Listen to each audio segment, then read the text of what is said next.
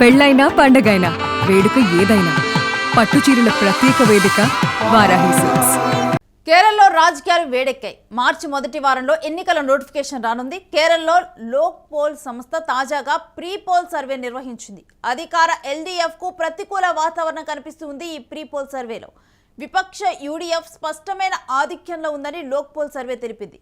కేరళ అసెంబ్లీలో 140 స్థానాలు, ప్రతిపక్ష యూడీఎఫ్కి 81 నుంచి 86 సీట్లు వచ్చే అవకాశాలు కూడా కనిపిస్తూ ఉన్నాయి. మొత్తం కూడా ఈ 140 స్థానాల్లో ఇక అధికార ఎల్డీఎఫ్కు 51 నుంచి 59 స్థానాలకు పరిమితమయ్యే అవకాశాలు కనిపిస్తూ ఉన్నాయి. ఈ సర్వేలో ఎన్డీఏకి గరిష్టంగా 2 సీట్లు వచ్చే అవకాశం కనిపిస్తూ ఉంది. ఈ సర్వే ప్రకారం యూడీఎఫ్కి 43 నుంచి 45% ఓట్లు వచ్చే అవకాశం కనిపిస్తుంది. ఓట్ల పర్సంటేజ్ ఎల్డీఎఫ్కి 39 నుంచి 41% ఓట్స్ చూడొచ్చు. ఇక ఎన్డీఏకి అయితే 13 నుంచి 15% ఓట్లు వచ్చే అవకాశం కనిపిస్తోంది. అధికార పార్టీపై వరి రైతులు, మత్స్యకారులు, ప్రభుత్వ ఉద్యోగుల అసంతృప్తి ఉన్నట్లుగా కూడా ఈ సర్వేలో తేలటం జరిగింది. ఈ ప్రీ పోల్ సర్వే గురించిన డీటెయిల్స్ మా ప్రతినిధి కిరణ్ అడిగి తెలుసుకుందాం. కిరణ్, మొత్తం కూడా ఈ లోక్ పోల్ ప్రీ సర్వే గురించిన డీటెయిల్స్ ఏంటి?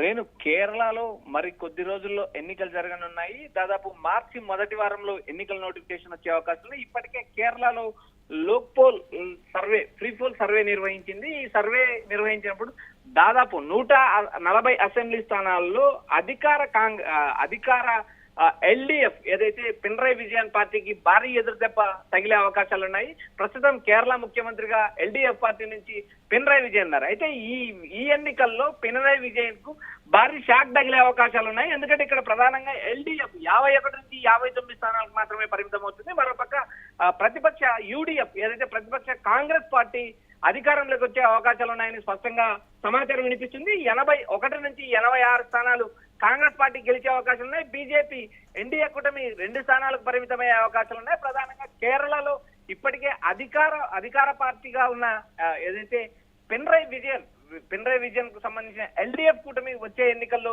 ఓడిపోయే అవకాశాలు ఉన్నాయంటూ స్పష్టమైన సమాచారం వినిపిస్తుంది. అయితే ఇక్కడ ప్రధానంగా అధికార పార్టీపై రైతులు, ఉద్యోగులు తీవ్ర అసంతృప్తి వ్యక్తం చేస్తున్నారు. మరోపక్క మత్స్యకారులు అధికార పార్టీపై తీవ్ర వ్యతిరేకత చూపిస్తున్నారని ఒక ప్రచారం అయితే నడుస్తుంది.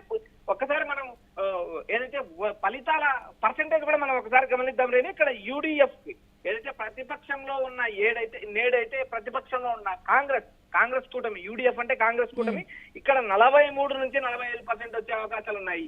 ఖచ్చితంగా అధికారం వైపు దూసుకొని వెళ్లే పరిస్థితి కనపడుతుంది.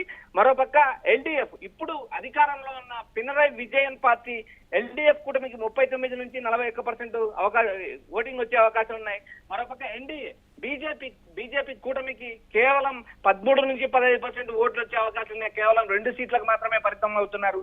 అధికార పార్టీపై ఏదైతే పినరయ్ విజయన్ పార్టీపై వరి రైతులు, మత్స్యకారులు, ప్రభుత్వ ఉద్యోగులు తీవ్ర అసంతృప్తి వ్యక్తం చేస్తున్నారని సమాచారం వినిపిస్తుంది.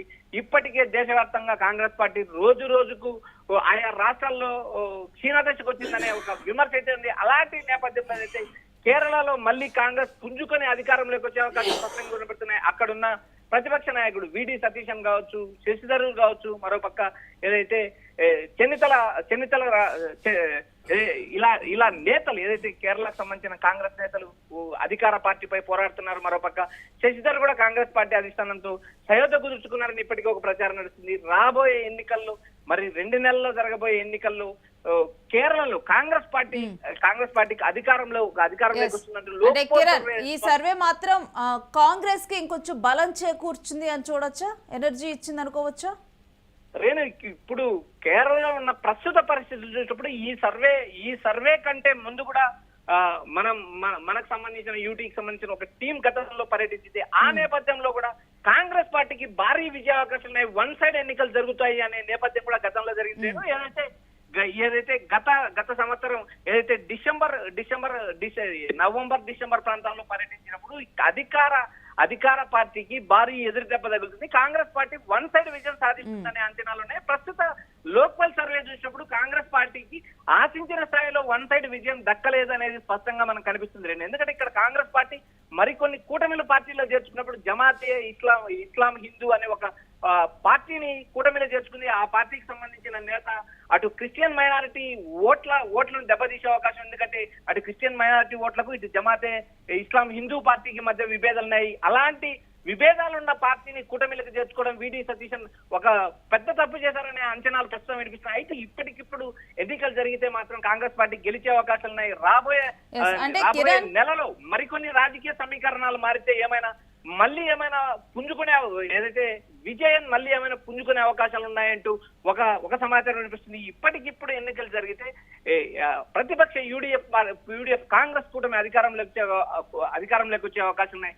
అక్కడ ఉన్న లోకల్ సమాచారం మేరకు కానీ రాజకీయంగా జరుగుతున్న పరిణామాలను ఆధారం చేసుకుని అయితే లోక్ పోల్ సర్వే చేసింది. అయితే ఫిబ్రవరి నెలలో ఈ నెలలో జరిగిన సర్వే కాబట్టి ఏకంగా వన్ సైడ్ విజయం అనుకున్న కాంగ్రెస్ పార్టీకి ఇప్పుడు మళ్ళీ సాధారణ విజయం చేకూర్చే అవకాశాలు ఉన్నాయి. అయితే ఇక్కడ అప్పటికి ఇప్పటికీ పరిస్థితులు మారుతున్నాయి, రోజు రోజుకు డ్రోన్ మారుతుందని అంచనాలు ఉన్నాయి. అయితే మరికొద్ది రోజుల్లో మరికొన్ని సర్వేలు వచ్చే అవకాశం ఉన్నాయి. వాటిపైన మనం కూడా ఒక విశ్లేషణకు కానీ ఒక అంచనా. కాకపోతే కిరణ్, ఈ ప్రీ పోల్ సర్వేలను కానీ ఈ సర్వేల్ని ఎంతవరకు ప్రామాణికంగా చూసుకోవచ్చు? ఎందుకంటే మనం బీహార్ ఎలక్షన్స్ లో చూసాము, ఎవరు కూడా అసలు సరిగ్గా కూడా పీపుల్ పల్స్ అక్కడ పట్టుకోలేకపోయారు.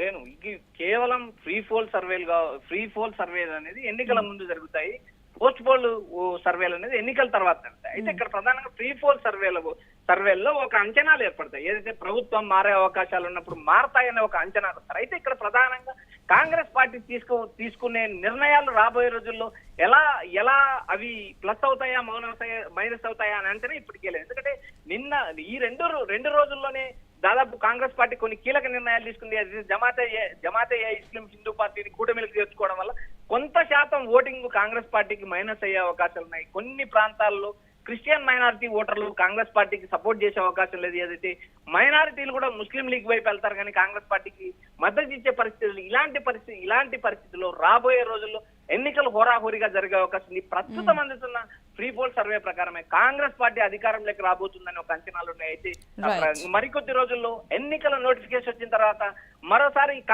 కేరళ రాజకీయాలు ఎలా ఉంటాయనేది మనం వేచి చూడాలి. ఎస్ కిరణ్, మీరు అందుబాటులో ఉండండి, మీ దగ్గర నుంచి మరిన్ని అప్డేట్స్ తీసుకుంటాం.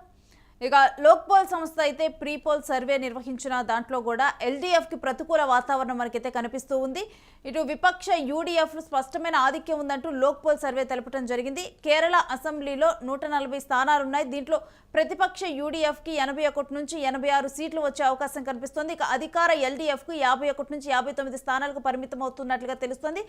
అయితే దీంట్లో కనుక మనం చూస్తే కనుక ఇప్పుడు అధికార పార్టీ కూడా ఎక్కువగా కూడా వరి రైతులు, మత్స్యకారులు, ప్రభుత్వ ఉద్యోగుల్లో ఉన్నటువంటి అసంతృప్తే వీళ్ళకి ఇంత తక్కువ శాతం సీట్లు రావడానికి కారణం అవుతుందని చెప్పి కూడా ఇప్పుడున్నటువంటి సర్వే ఫలితాల ద్వారానైతే మనకి తెలుస్తుంది. ఈ ప్రీ పోల్ సర్వేలో మరి ఈ 2 నెలల్లో ఏదైనా జరగవచ్చు, ఏది ఎటైనా మారొచ్చు. మరి చూడాలి. అసలైతే హోరాహోరీ పోరైతే కేరళలో జరగనుంది.